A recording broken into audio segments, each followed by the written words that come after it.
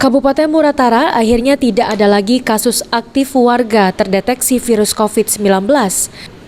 Menurut juru bicara Satgas COVID-19 Muratara, Susianto Tunut, total keseluruhan konfirmasi positif COVID-19 sejak awal pandemi tercatat sebanyak 805 kasus, 751 kasus yang dinyatakan sembuh dan 54 kasus meninggal dunia.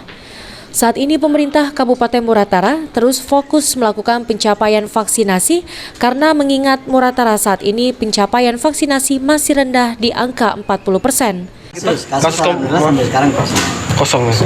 Memang kita ini semuanya sudah melandai dan berobat dari tidak kasus baru. Cuma isunya kan sekarang bergeser ke pencegahan, maksudnya peningkatan capaian vaksinasi.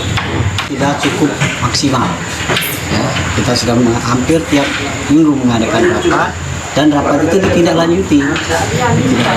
Cuma kan karena kita kan sangat terkendala dengan yang pertama kesadaran masyarakat, yang kedua kondisi geografis. Meskipun saat ini tidak ada lagi kasus aktif COVID-19 di Muratara, namun warga tetap diingatkan untuk terus mematuhi protokol kesehatan. Adi Arianza, PAL TV.